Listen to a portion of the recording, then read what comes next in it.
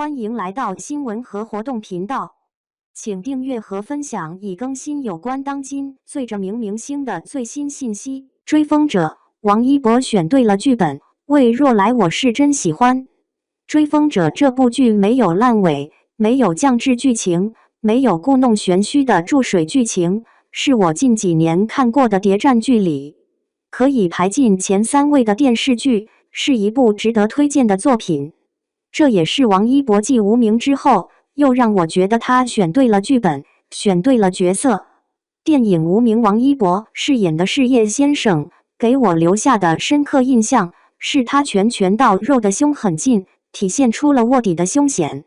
可是，电影因为时长的关系，叶先生的人设没有办法塑造得很饱满，影片的剪辑也对大众不太友好。电视剧《追风者》就规避了这些问题，相信不少追剧的观众都能感觉到剪辑方面的功力，剧中多个角色的故事性都很清晰，甚至连反派你都可以清楚他的心理活动，坏人不是没有理由的变坏，主角团也能够突出信仰的力量。王一博饰演的魏若来，比起以往的谍战剧，会觉得他的身份非常的平凡。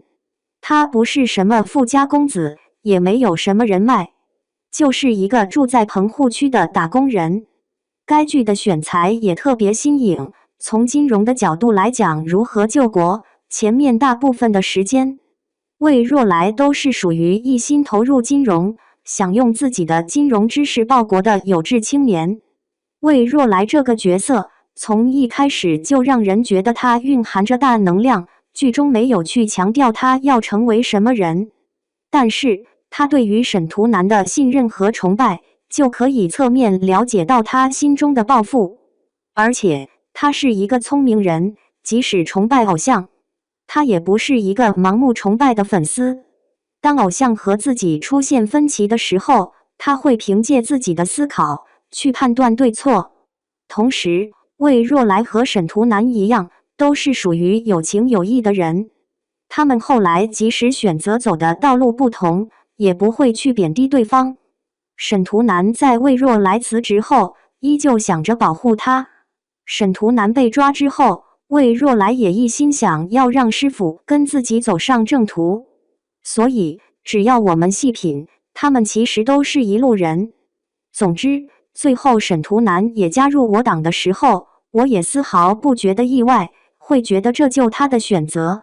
魏若来的信仰其实一直都跟沈近珍不谋而合，只是他一开始没有意识到而已。这也是编剧严谨的地方，看似沈近珍很轻松地劝他加入我党，实际上魏若来冥冥之中早就下意识帮沈近珍了。他嘴上说是为了不牵连沈图南，实际上他就是认可沈近珍，才会暗中帮他。这部剧魏若来实际上并没有多少爱情线，对于沈近珍也是处在好感的阶段，就是志同道合的革命同志。魏若来一心扑在事业上，实际上根本没有时间去顾及儿女情长，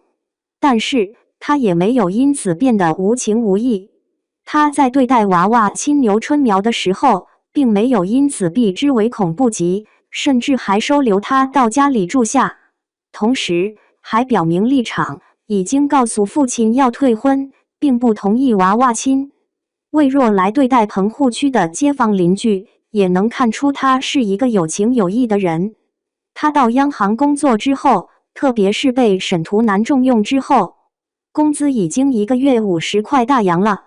他已经算是实现阶级跨越了，一般人早就搬离棚户区，彰显自己是上等人了。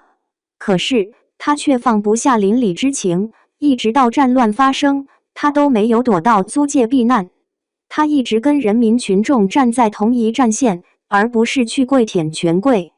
魏若来最迷茫的时候，不是他赚不到钱，也不是他升不了职，而是他发现自己报国无门的时候。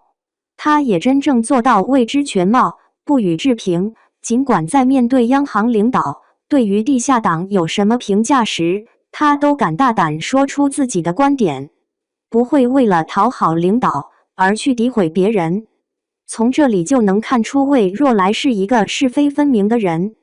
魏若来这个角色塑造得很成功，我是真喜欢这个角色。他不管在任何时候都没有放弃自己的信仰，能让我感受到他身上有一股信仰的力量。当他最后穿上红军军装的时候，观众们自然而然就会感慨，魏若来终于找到了他的归宿，他终于能实现他的理想和抱负了。